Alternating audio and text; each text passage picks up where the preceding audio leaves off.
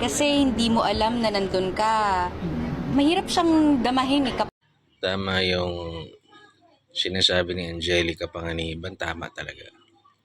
Minsan hindi mo alam na nandun ka sa isang toxic relationship. Ako when I was younger, I made a few of my relationships toxic in a sense na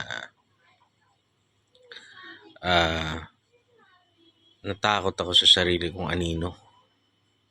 Kasi nga alam kong that time hindi ako matino. Tapos kahit mahal mo yung tao, talagang ako nung time na yun yung mindset ko gumawa ng kalokohan. And every time na nahihiwalay ako sa karelasyon ko, lagi ako naiiyak. It's not only because I know that I'm losing them kasi sa mga pinagkagawa ko, but also naawa ako kasi doon sa pain na na-cause ko, na hindi ko alam kung paano ko pigilan mag-cause ng ganong klaseng pain. And then habang tumatanda ako, fini-figure out ko yung lagi kong iniisip, paano naman yung sarili ko? Paano naman ako? Pero hindi ko naisip, paano naman sila? Di ba? Kaya I came into conclusion na kapag pala hindi ka okay sa sarili mo, huwag ka makipagrelasyon. Kung gusto mong makipaglaro, laro lang. Laro ka lang. Doon sa mga willing lang din, huwag ka mambiktima. Yung willing lang din makipaglaro sa'yo. Kung wala, di maglaro ka mag-isa. Mag-dribble ka ng itlog mo dyan, i-dribble mo.